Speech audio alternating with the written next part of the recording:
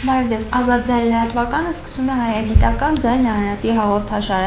Այսօրվա թեման է երևանդունիների հայկական թագավորությունը։ Այս շրջանը շատ կարևոր նշանակություն ունեցավ հայոց պատմության մեջ, քանզի հենց երևանդունիների օրոք ձևավորվեց ամենակուռ հայկական պետականությունը, որը գոյատևեց մինչև մեր թվարկությունից առաջ երկրորդ դարը։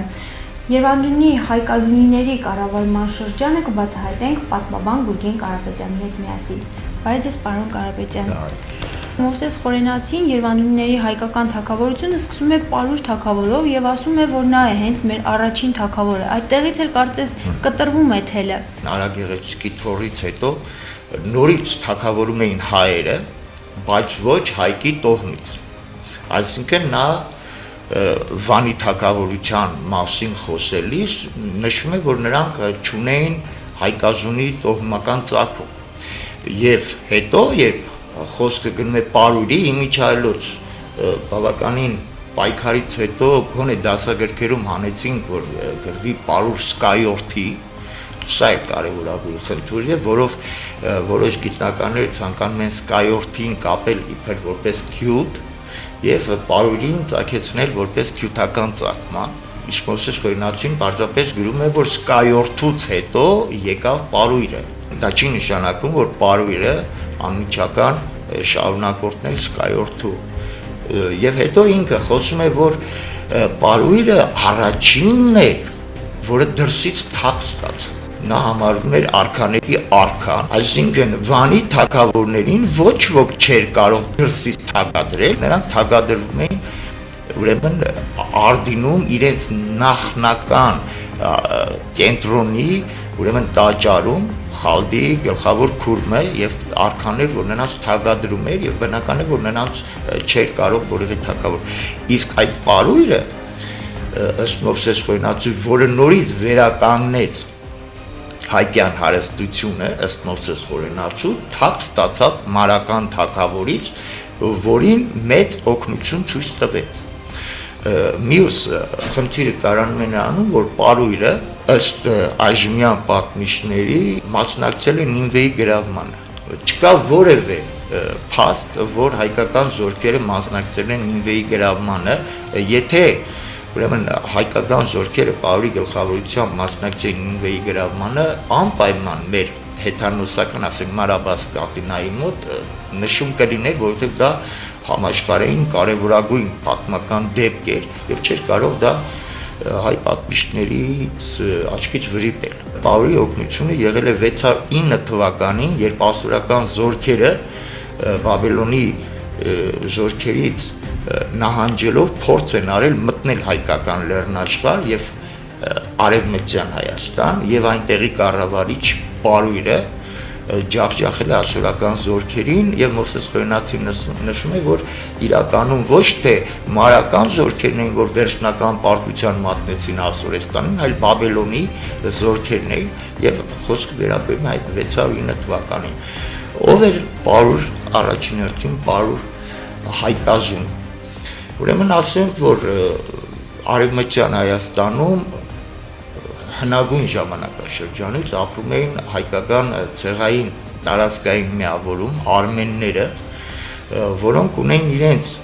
թագավորները, ասենք ինչպիսին էր Կիլիկիային, որ այդ ժամանակ եւ ընդհանրապես եղել է բուն հայկական տարածք, ասենք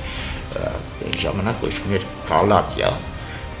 այնտեղի թագավորը, Մալաթիայի թագավորը, Թորգոմանստան թագավորը, Խուբուշկա կոչվող երկրի թագավոր, այս թագավորները ունեն իրենց գերագույն թագավորին, որը մինչև 7-րդ դարի կեսերը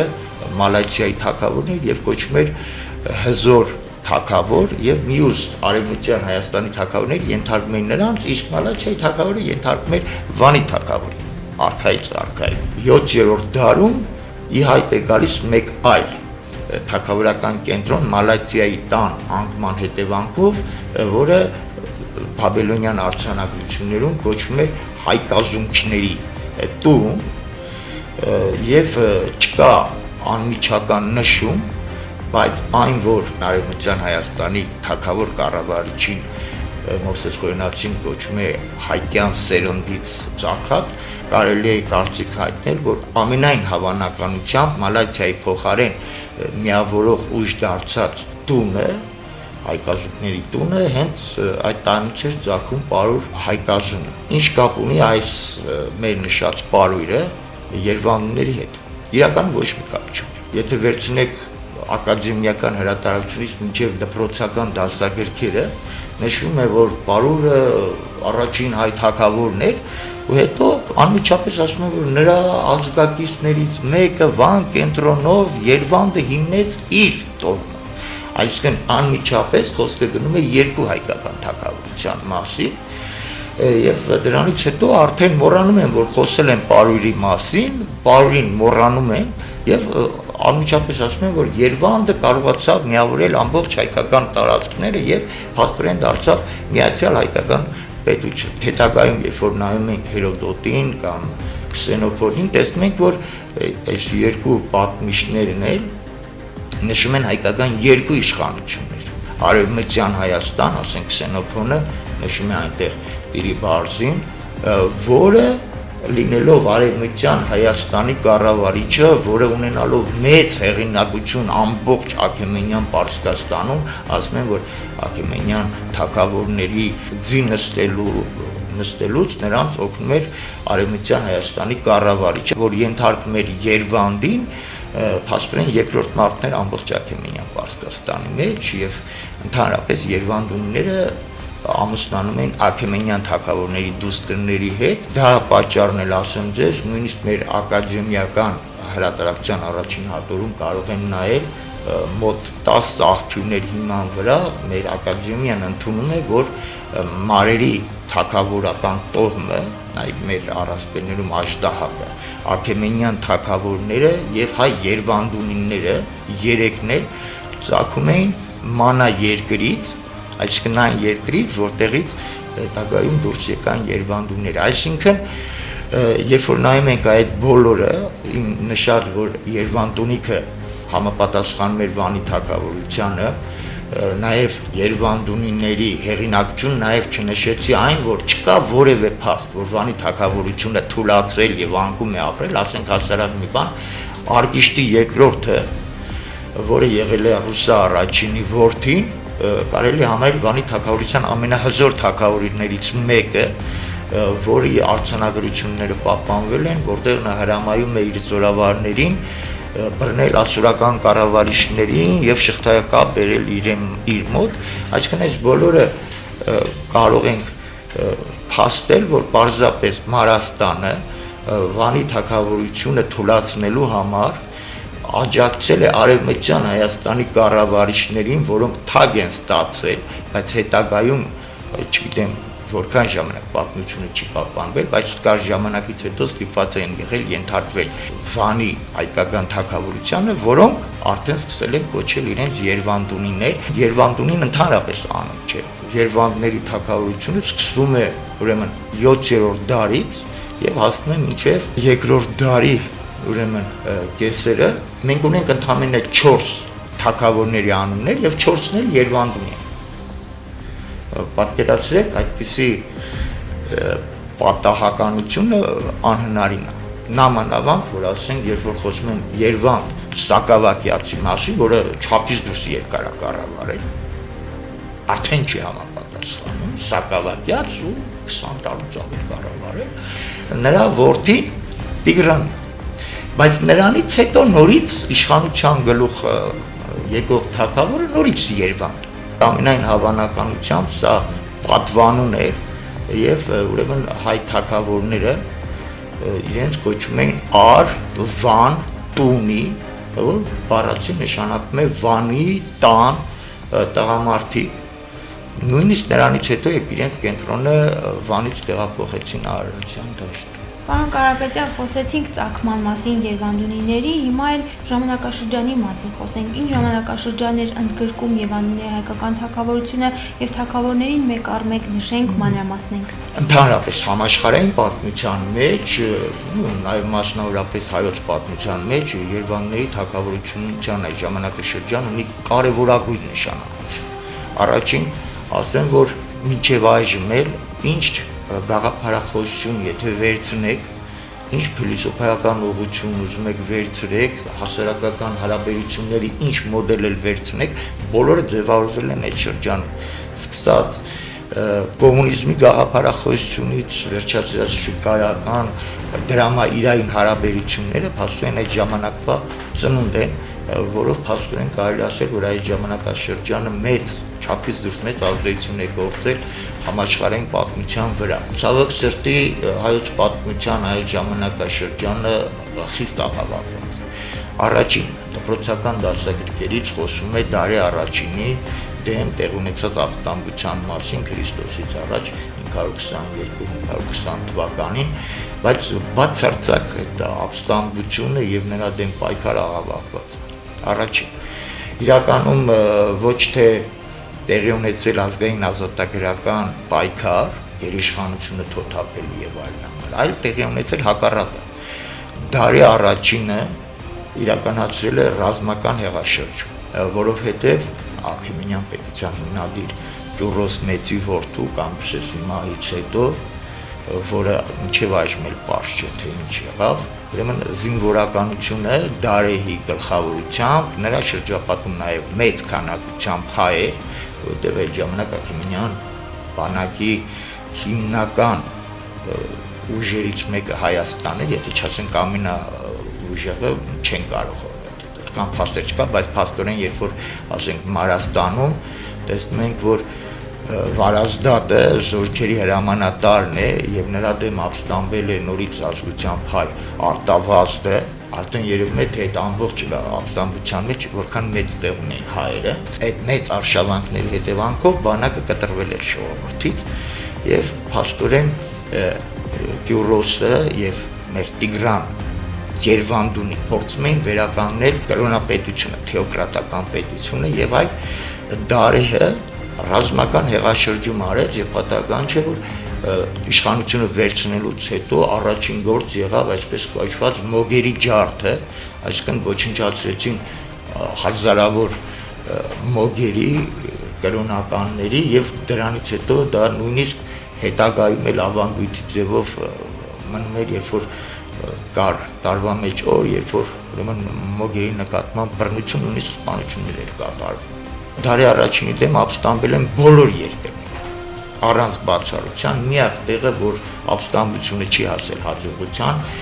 դա Միջին Ասիան էր, որտեղ կանգնած էր հայկական բանակը, պատմության մեջ կոչվում է Դադարշիշ, ամենայն հավանականությամբ նա Արտաշեսն էր, որը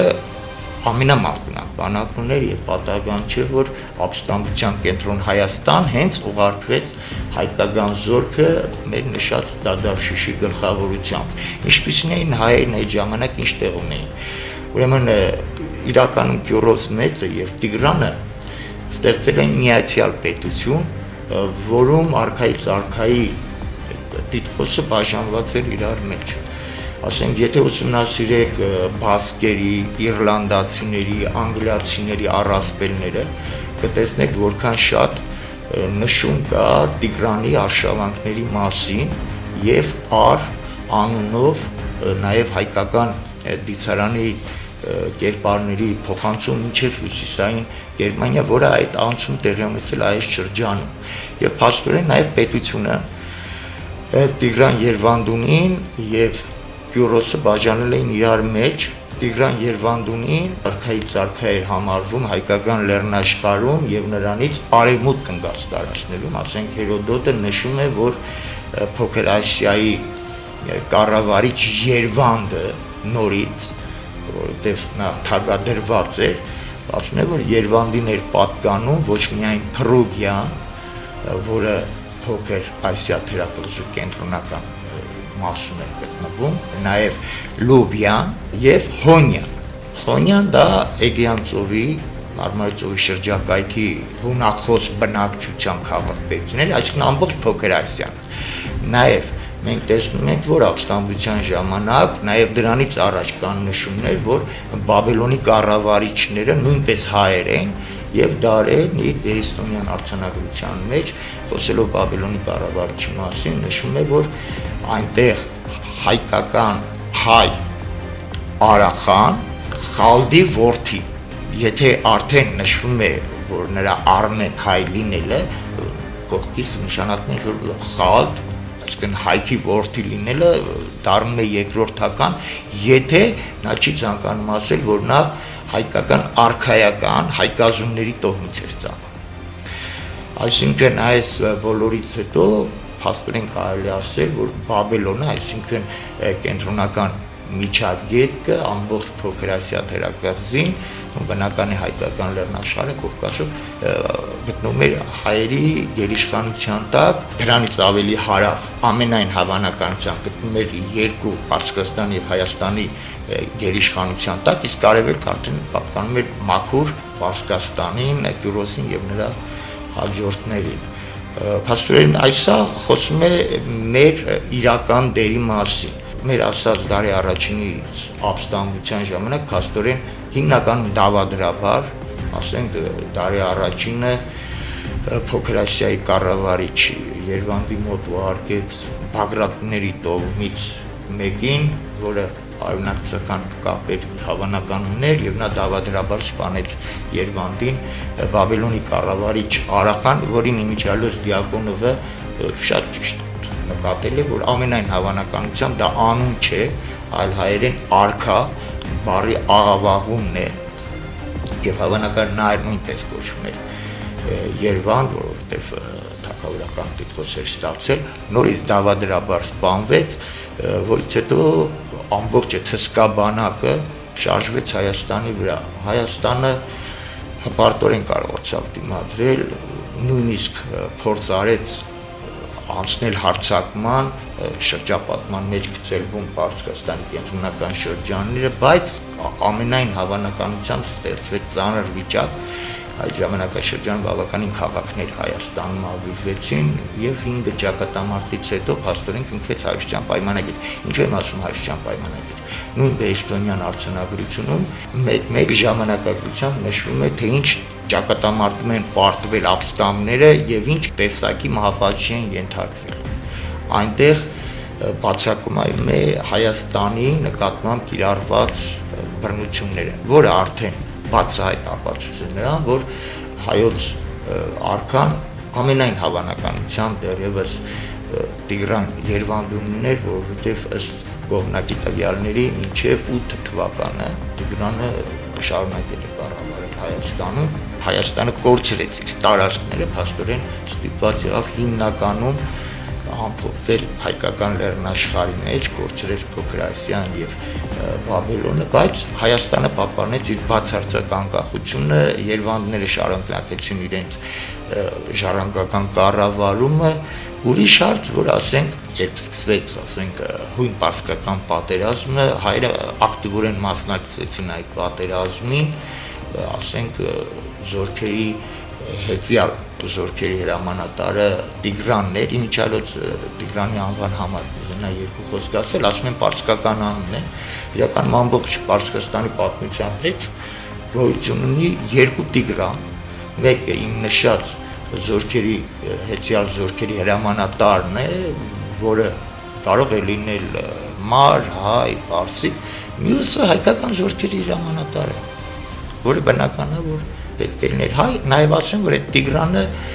նշվում է, որ եղել էր նաև Դարեհի Փեսան, որովհետև ասացինք ամուսնական կապերով մոտ են, նույնպես հայեր, իսկ գիտեք ամբողջ հայոց պատմության մեջ ինչքան շատ են Տիգրանները, հիմնական այն անունները, որոնց ըստ հայերի վերցված են ուրիշներից, իրականում ունեն բուն հայկական ծագ։ Պարոն Կարապետյան, ինչպիսին էր այդ ընթացքում Երևանուհիների հայկական թագավորության կառավարման շրջանում հայկական պետականության կառուցվածքը արդեն իսկ նշեցինք, հասարակական հարաբերությունները, մշակույթը, կրոնը ինչպիսին է, այս շատերը նշում են, որ Պարսկաստանից ենք վերցրել մեր մշակույթից շատ կետեր, ինչպես նաև կրոնը ամբողջությամբ ներկայացնում են իբր պարսկական է, դա ավելի մանրամասն է։ Ասեմ, որ ամենաշատ տեղեկություններ կան եւ բավականին հավաստի հենց ձեր նշած հարցում, որը ցավոք սրտի հայ պատմագիտության մեջ չափից դուրս վատ է ներկայացված։ Անաբասիս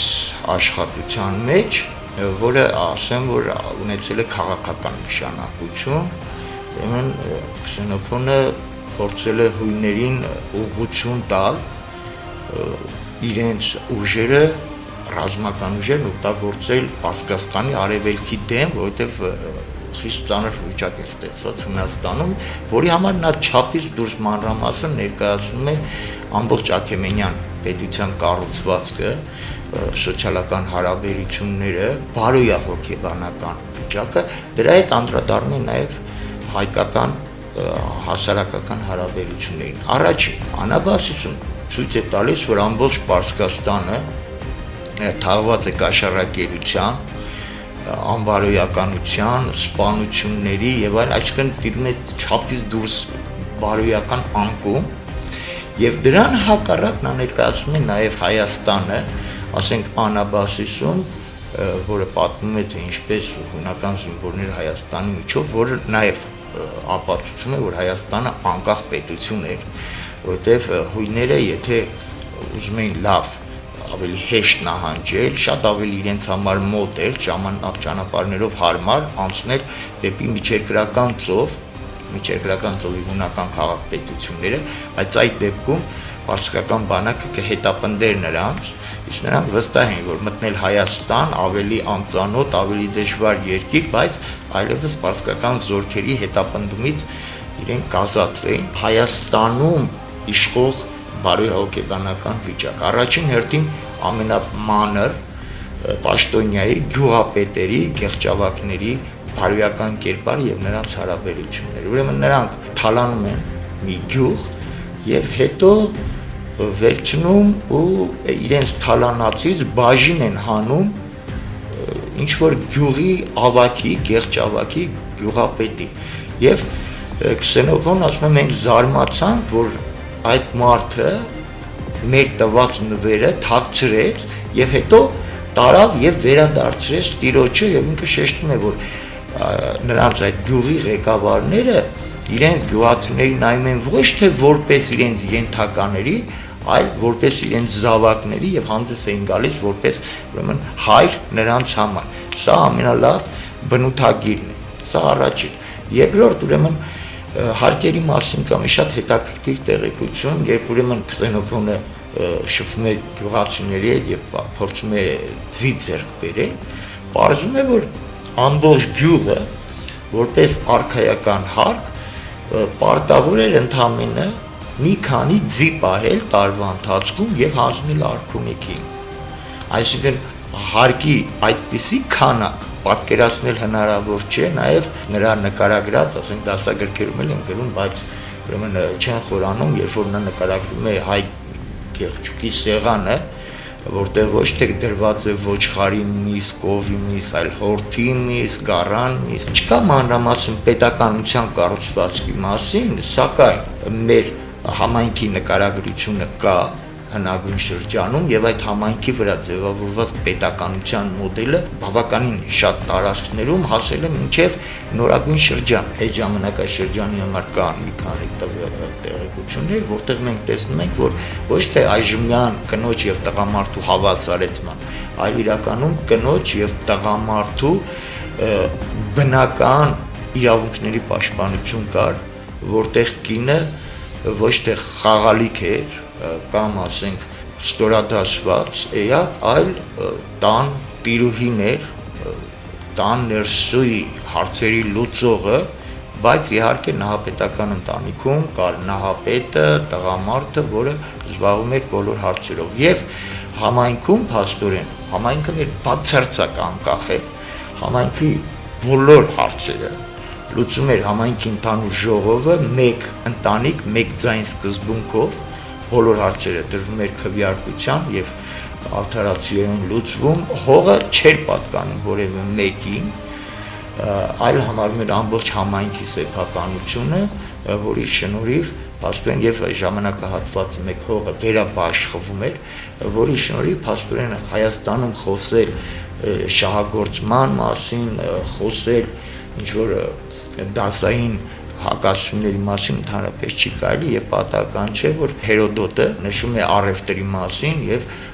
նշում է թե Հայաստանից ինչ էին տանում Բաբելոն, բայց չի նշում թե Հայաստան ինչ էին բերում։ Իրականում Հայաստան ոչինչ չէին բերում բացառությամբ թանկարժեք մետաղներից, ոսկուց եւ այդ շրջանից մեզ հասել են սպասք, ոսկե եւ արծաթե իրեր, զարդեր, որտեղ այդ ժամանակ Հայաստանը փաստորեն դարձել էր խոշոր արտահանող երկիր գինիների, տարբեր գյուղատնտեսական մթերքների, նշույթների, զենքի եւ այլն եւ այլն եւ այլն։ Շնորհակալություն պարոն Կարապետյան։ Սիրելիներս այսօր այսքանը, կհանդիպենք հաջորդ հաղորդման հաջողություն։